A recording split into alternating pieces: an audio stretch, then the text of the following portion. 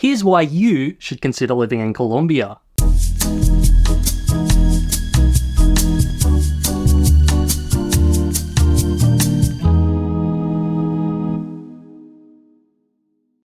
Hi all, I'm Ezrado and you're watching my travel channel where I talk all things Colombia.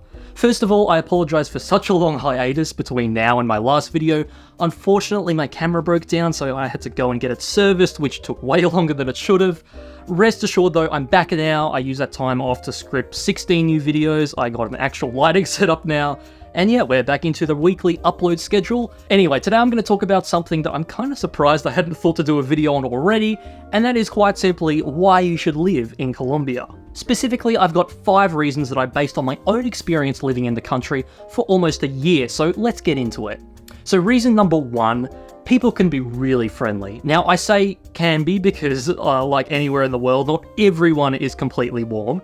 If you want to hear more about the nuances of this, I actually did another video going into depth about how friendly Colombians are, which you can check out here or via the link in the description. On the whole though, I have found most Colombians I've engaged with to be very welcoming and hospitable people, particularly the people I've come to know more personally.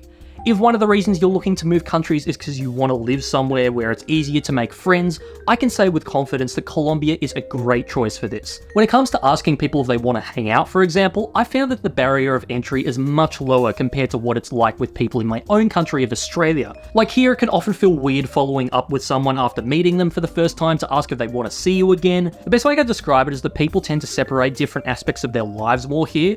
It's like in this box is my family and friends who I'm really close with, and in this box are people I've just met who I'm just civil and polite with. Both groups are very defined, and so getting from the latter to the former can require some serious work. In Colombia though, I wouldn't say people really see each other this way as much.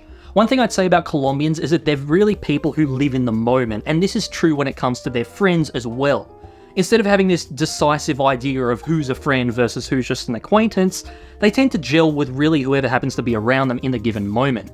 If you're with a group of people who you don't know very well, for instance, you're far less likely to be excluded from interactions in Colombia than you would be in Australia, in my opinion. And again, because there's less division in their mind over who is and isn't a friend, they tend to be less guarded over invitations to hang out.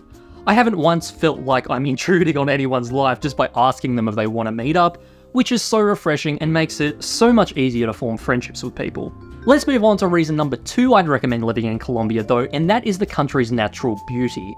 I know I've said this in previous videos, but I truly cannot overstate just how stunning Colombia's geology is. Even if you're not out in the countryside exploring it, I've found that even in major cities, you're still likely going to be surrounded by breathtaking mountains, valleys, beaches, and so much more. It's hard to describe, but there's this feeling that you get no matter where you are in Colombia that you're amidst nature. Even though technically speaking, I could say that my own city of Sydney feels quite a bit more lush in terms of urban plantation compared to many of Colombia's urban environments, you can still usually see a lot of imposing natural wonder on the outskirts of the cities in Colombia.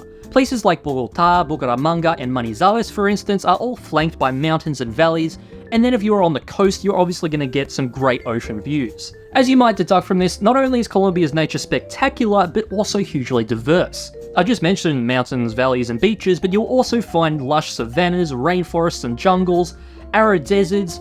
If there's a specific biome that you're drawn to, you'll probably be able to find it in Colombia. This is also great if you're someone who likes to move around a lot.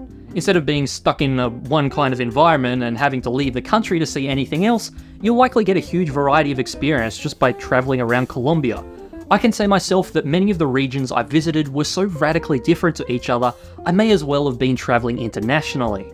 I also find that if you're willing to get out into some of the more rural areas, you're unlikely to be surrounded by international tourists. Although Colombia's certainly become more globally familiar over the years, a lot of the tourists tend to just live in Medellin and only visit the big tourist spots that everyone knows about.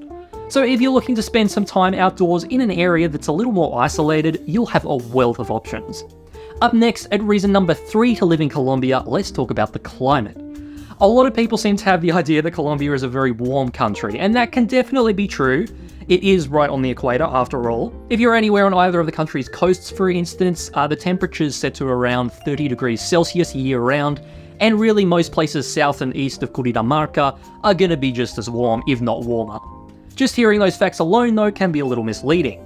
See, as I just described before, Colombia consists of several different biomes that make up its various regions. Specifically, you have the Amazon region, the Orinoco region, named after the huge river that crosses the area, then there's the Caribbean region, the Pacific region, and the Andean region. Really, all the major cities get pretty hot in all of these areas except for one notable region, the Andean region.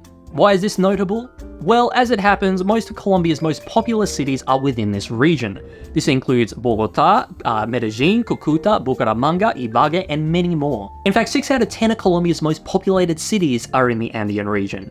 Suffice to say, there's a good chance you'll end up choosing a city here too, and with that in mind, all of those other warmer regions suddenly become less relevant. So that's cool and all, but what sort of temperatures can you expect within the Andean region?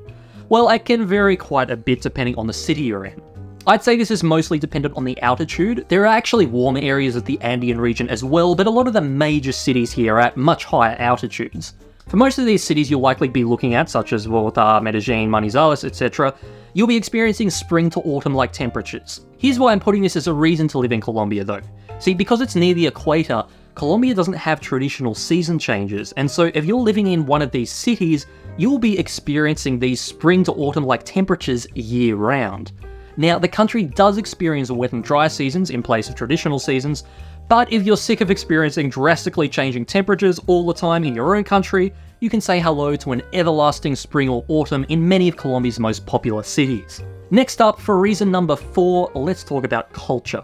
Admittedly, your mileage may vary here depending on the country you're from, but as an Australian, I can say that the vibrancy of Colombia's culture was really something that was new to me. It's a little hard to explain, but whenever I come back to Australia from Colombia, one of the first things I notice is how everything is just way quieter and a little dull by comparison, if I'm being brutally honest. I don't know, there's just something about Colombia that makes it feel a bit more alive. I guess one thing I've noticed is that there's always something going on around you in Colombia, like no matter where you are.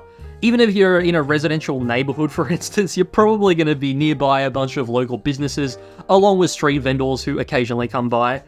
In some of these neighborhoods, there'll even be a bunch of basketball or tennis or soccer courts, along with parks and other communal spaces that bring people together.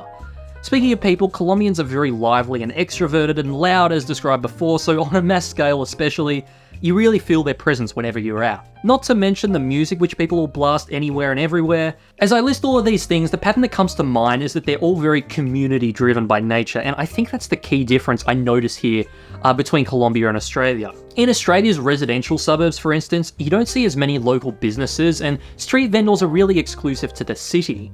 As for sports courts and other communal areas, these exist, but they don't seem to draw quite the crowd as they do in Colombia. I mean, yeah, we have beaches that can get pretty busy, and there certainly are a lot of spaces that gather a crowd, but I guess the difference is that in Australia, going to these places seems more like an outing. In Colombia, on the other hand, all of this will often be at your doorstep, and so there's a greater sense of local community. Obviously, it also goes without saying that Australians aren't quite as animated as Colombians, and so even when you're in the crowd, you often won't feel that energy you get from people in Colombia. It's less noisy, you don't hear music blasting everywhere, and people tend to keep to themselves a bit more here. Of course, none of this is inherently bad, it just comes down to what your lifestyle preferences are. For me personally, as an introvert, I love tranquility, but at the same time, I do really miss the excitement and vibrancy of Colombia. There's definitely something infectious about it, and that's why ultimately I think it's a great reason to live there. Let's move on to the final reason I've got on this list though, and that is the low cost of living. Now, I know in the past I've spoken out against the idea of living in Colombia for its low cost of living, so I just want to clarify what I mean here. I still believe that if this is the only reason you're coming to live in Colombia, then you're probably not making the best decision.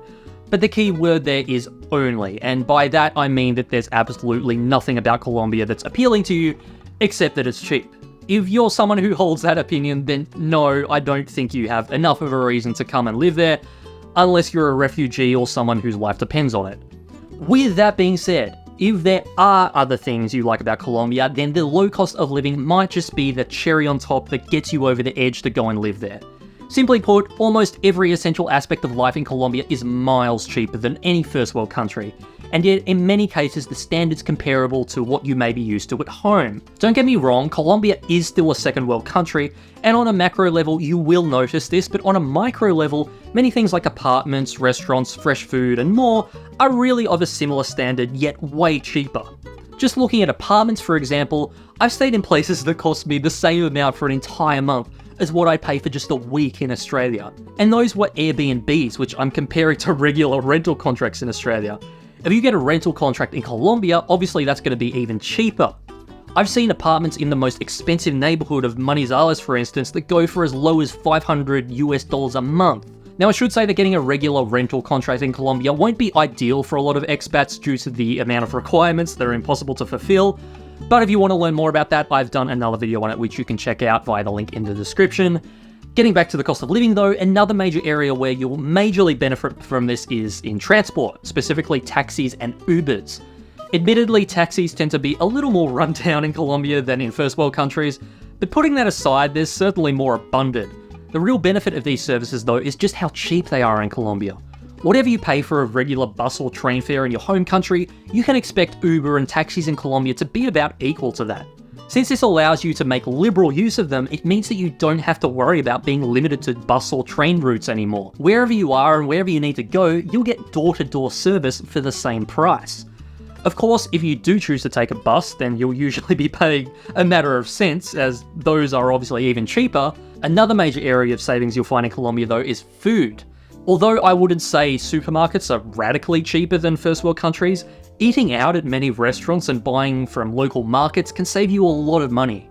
In general, the smaller the business is, the cheaper it's going to be. For a lot of restaurants with regional food, for instance, this is where you'll be saving the most, so keep an eye out for those. With that though, I'm going to close this one here. Those were 5 reasons why you should live in Colombia, but if you're curious to hear the flip side of this, then stay tuned for next week's video where I'll be covering 5 reasons not to live in Colombia. I want to be realistic and present an honest view of Colombia, so I think it's only fair to cover both sides of this.